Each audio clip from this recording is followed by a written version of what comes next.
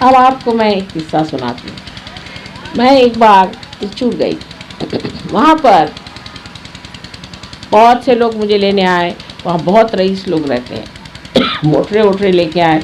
मुझे बड़ा आश्चर्य हुआ कि ये सब मेरे पास किस लिए आए।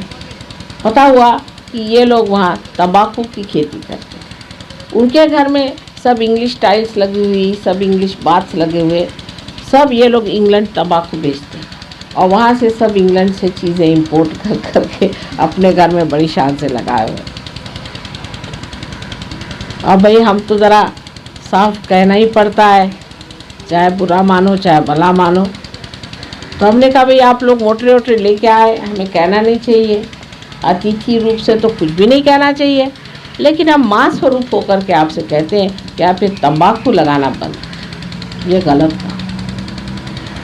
तो उन्होंने कहा वाह माँ, हम तंबाकू के अलावा क्या लगाएं? तो हमने कहा आप कपास लगाइए, बढ़िया कपास यहाँ होगा, तंबाकू मत लगाइए, तंबाकू राक्षसी है, इसको मत लगाइए। तो कहने लगे कि नहीं पर हम थोड़ी पीते हैं, ये तो हम इंग्लैंड भेजते हैं। मैंने कहा वाह, अगर इंग्लैंड भेजते तो कोई पाप नहीं। कहने उन्होंने अपने को इतना सताया, पीने दो तंबाकू, मरने दो उनको। तो मैंने कहा ये कोई तरीका हुआ, ये कोई साधु संतों का तरीका हुआ कि उनको मरने दो? उन्होंने अपने को इतना सताया, जिन्होंने सताया तो कब के मर गए, तो दूसरे आए हुए, उनको सताने से क्या फ़ायदा। लेकिन वो किसी तरह से नहीं माने। लेकिन जब मैंने कहा कि नहीं इसको बंद करना पड़ेगा, ये ठीक नहीं, तो वो लोग बहुत नाराज़ हो गए। उसके बाद हम इधर उधर देखने गए तो देखा कि बड़ी गरीबी, एक तरफ बहुत अमीर लोग और एक तरफ बहुत ही गरीब लोग, बंगाल से भी गरीब लोग पेड़ पे रहते। कहा भाई ये कैसे? कह ले ये लोग हैं, ये बड़ी प्रेत विद्या करते हैं, स्मशान विद्या करते हैं, ऐसा करते हैं वैसा करते हैं, उसी से पैसा कमाते हैं। मैंने कहा पैसा क्या कमाते हो? तो पेड़ पे रहते हैं, उनकी हालत तो ये। उसके बाद मैंने उनसे एक बात कही, इशारा, देखिए आप समुद्र के किनारे बैठे हैं, संभल के रहिए, समुद्र आपका पिता है और जो पिता है वो अत्यंत पवित्र है, उसके किनारे बैठ करके आप ये गड़बड़ काम मत करिए, अगर ये बिगड़ गया तो आप सबका सर्वनाश हो जाए। तो उन्होंने कहा कि ऐसे कैसे हो सकता? मैंने कहा हो जाएगा, देख लीजिए।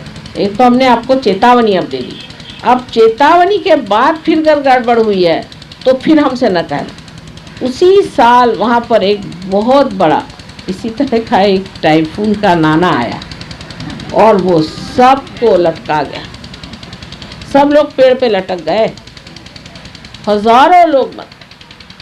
उसके बाद सब जब मैं दिल्ली आई तो सब मोटरे लेके दिल्ली पहुंची कि माँ हमको माफ़ कर दो। हमने कहा बेटा आप क्या माफ़ करने का, जो था सो तो गया, ये तो गड़बड़ तुमने काम करा, मैंने तुमको चेतावनी दी। यही मैं कह रही हूँ, ये चेतावनी आ रही है आपके पास, ये गलत लोगों को यहाँ से हटाइए। और वहाँ के जो गरीब लोग जो ये करते थे प्रेत विद्या, स्मशान विद्या आदि, वो सब के सब पेड़ में लटके हुए नजर आए।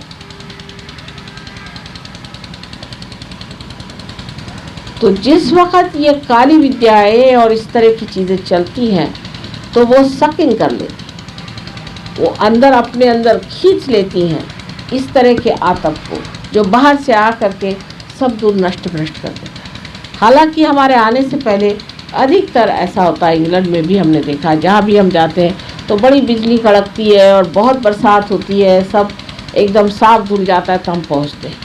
लेकिन तो भी लोगों की समझ में नहीं आता है कि हमें अपनी सफाई खुद ही करना चाहिए। क्यों सृष्टि से कहा जाए, कभी कभी वो भी ऐसा हो जाता है कि उसमें बहुत कुछ नष्ट भी हो सकता है। इसलिए अगर आप ही सत्य को मान लें और स्वीकार कर लें और अपने को सत्य के रास्ते पर सफाई पर ले आए, तो सत्य कहीं और से आप पर प्रकट हो तो बड़ा भयंकर होता है, बहुत जोरों में उठता है वो, और उसकी जो चाल होती है उसके अंदर बहुत से अनाथ, दुखी, बेसहाय और बेगुनाह लोग भी मारे जाते हैं।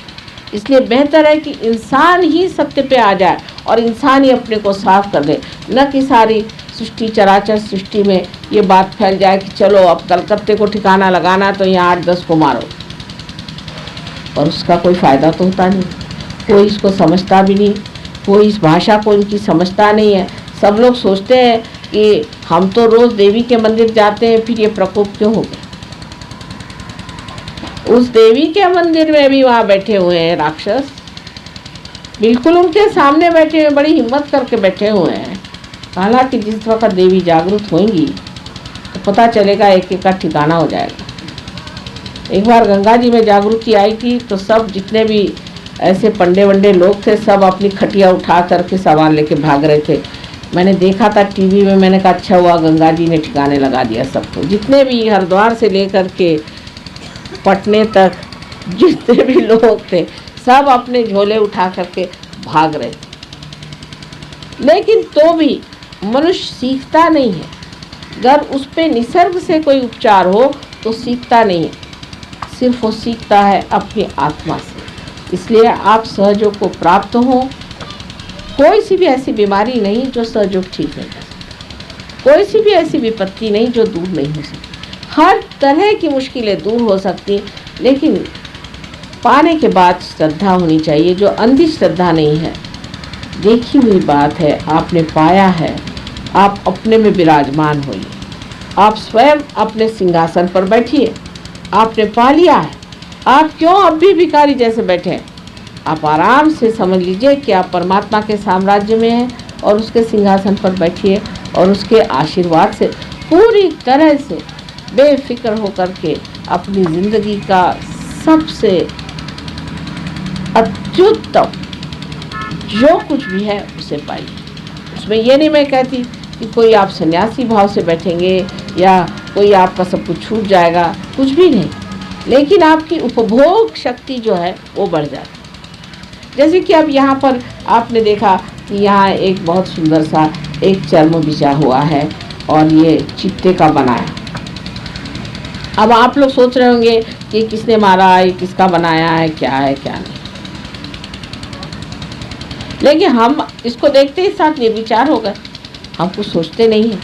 हम तो वो देख रहे हैं इसके बनाने वाले की करामात की क्या कमाल की चीज़ बनाई है, और ना सोचते ना कुछ नहीं, सारा आनंद जो ऊपर से नीचे तक दौड़ाते हैं। तो हम तो भोगता हुए असली ये सुंदर सा बना हुआ है सब कुछ इसके बारे में सोचते नहीं हैं, बस इसे देख भर रहे हैं।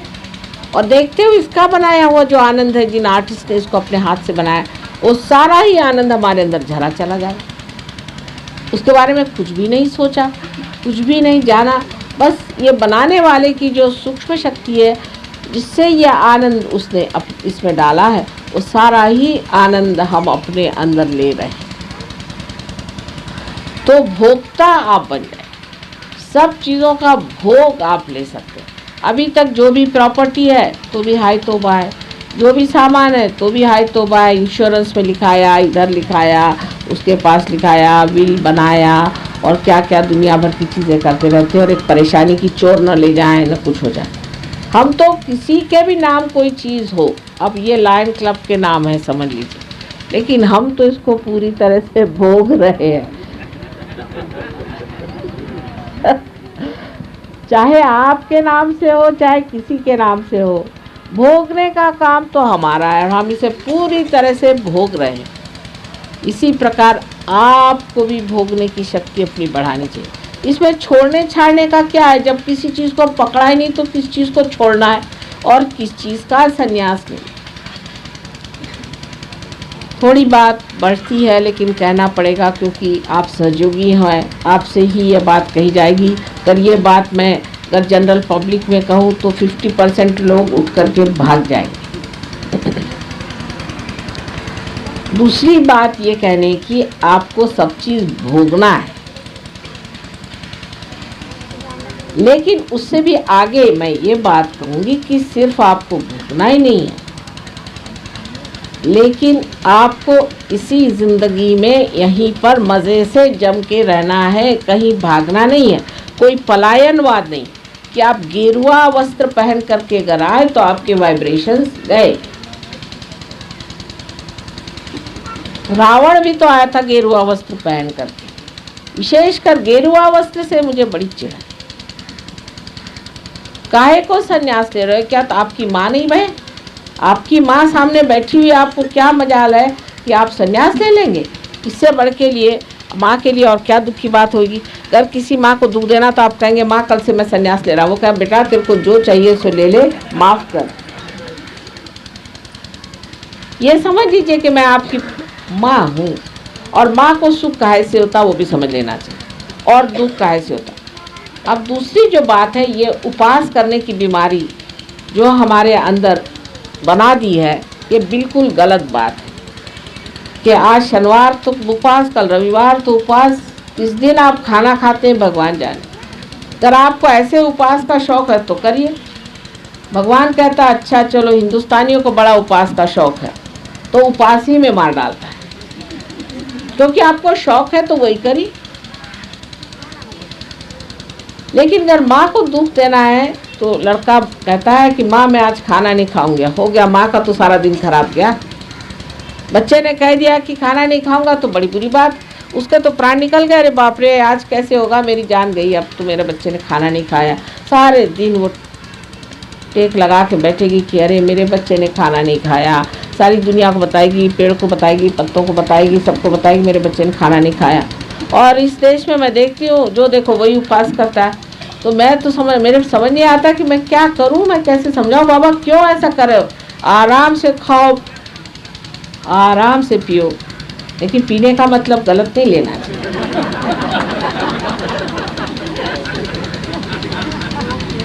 जो चेतना के विरोध में बात जाती है वो नहीं करना।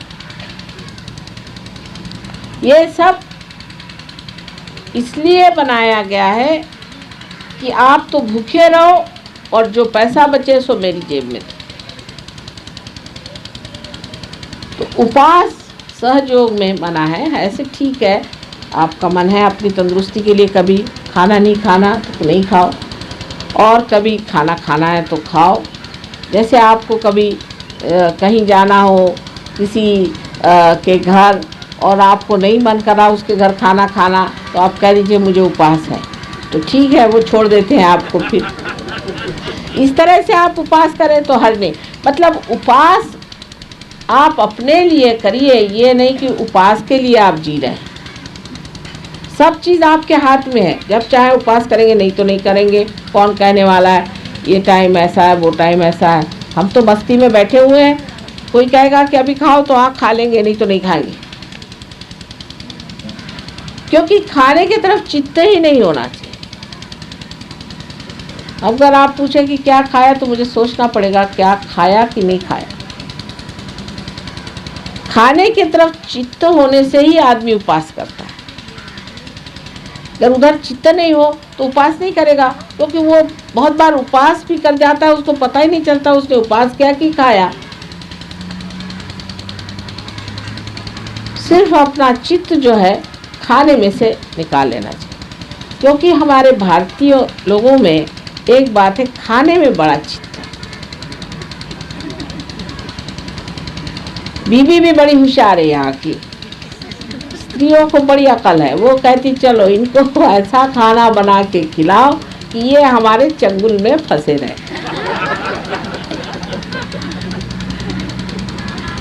कहीं भी जाएंगे दौड़ के घर आ जाएंगे, क्योंकि खाना बनाना हिंदुस्तानियों को नहीं आता, आदमियों को। तो औरतों ने उनको ऐसा बना दिया कि वो खाना तो बना नहीं सकते, और बीबी क्या बना रही इधर ध्यान, तो बीबी इसी पर आपको पटा लेगी, और इसीलिए चित्त हमारा ज़्यादा खाने पे रहता है। पर और लोगों में ऐसा नहीं, जैसे जापानीज लोग हैं, वो देखेंगे कि वस्तु कैसी बनी है, सुंदर है या नहीं, इसमें रूप है या नहीं, खाने पे वो चित्त नहीं रखते। लेकिन हमारा हिंदुस्तानियों का मुख्य धर्म है खाना, कि कौन सा खाना बना है आज घर में, या किसी ने कहा भाई मेरे घर ये अच्छा खाना बनता, तो पहुंच गए वहाँ सारे मंडली, सीधे गांव भर को पता हो जाता है कि आज कहीं खाना बन रहा है, तो सब मंडली पहुंच गई खाने की। और खाने की वजह से प्यार भी औरतें बहुत प्रकट करती हैं। जैसे हमारी ग्रैंड डॉटर से एक दिन मैंने पूछा कि भाई तुम क्या करना चाहती हो, तो वो मुझसे कह रही मैं एयर होस्टेस होना चाहती हूँ, और या तो मैं नर्स होना चाहती हूँ। मैंने कहा क्यों? कह ले नानी इन्हीं दो प्रोफेशन में ऐसा होता है कि आप लोगों को खाना दे सकते, तो औरतों को बड़ा शौक है यहाँ की, ये कमाल है और कहीं नहीं सर, कहीं नहीं है। आप लंदन में जाइएगा तो 3 दिन में आपका आधा वजन हो जाएगा, वहाँ तो सब बॉइल्ड ही औरतें खाना देती हैं। तो हिंदुस्तान की औरतों में ये भी एक खूबी है कि वो उनको बड़ा शौक है ये बना के खिलाएं। मेरे साथ बड़ा अत्याचार होता है, माँ मैं आपके लिए स्पेशली बना के लाई हूँ रबड़ी, मैं रबड़ी खाती नहीं बाबा। तो खाने पीने में हमारा चित्त जो है उसमें भी एक सुंदरता है, लेकिन मैं कह ये रही हूँ कि उससे चित्त ही हटा लेना चाहिए, चित्त हटा लेना चाहिए। तो आदमी उस सूक्ष्म में उतर सकता है, जैसे कि शबरी के बेर श्री राम ने इतने शौक से खाए। उसकी जो सूक्ष्मता थी वो श्री राम ने कैसी पकड़ी, क्योंकि उसके अंदर वो उन्होंने उसका प्यार, उसकी नितांतता, उसका आदर, उसका विचार सब देख करके इतने शौक से वो खाए। यही बात हमारे अंदर अगर आ जाए कि हम खाने की ओर चित्त न दे करके और उसके पीछे जो भावना है उसकी ओर ध्यान दे, तो हम सहयोगी हो गए। जय श्री माता जी। वीडियो को फुल वॉच करें, ज़्यादा से ज़्यादा शेयर करें। धन्यवाद।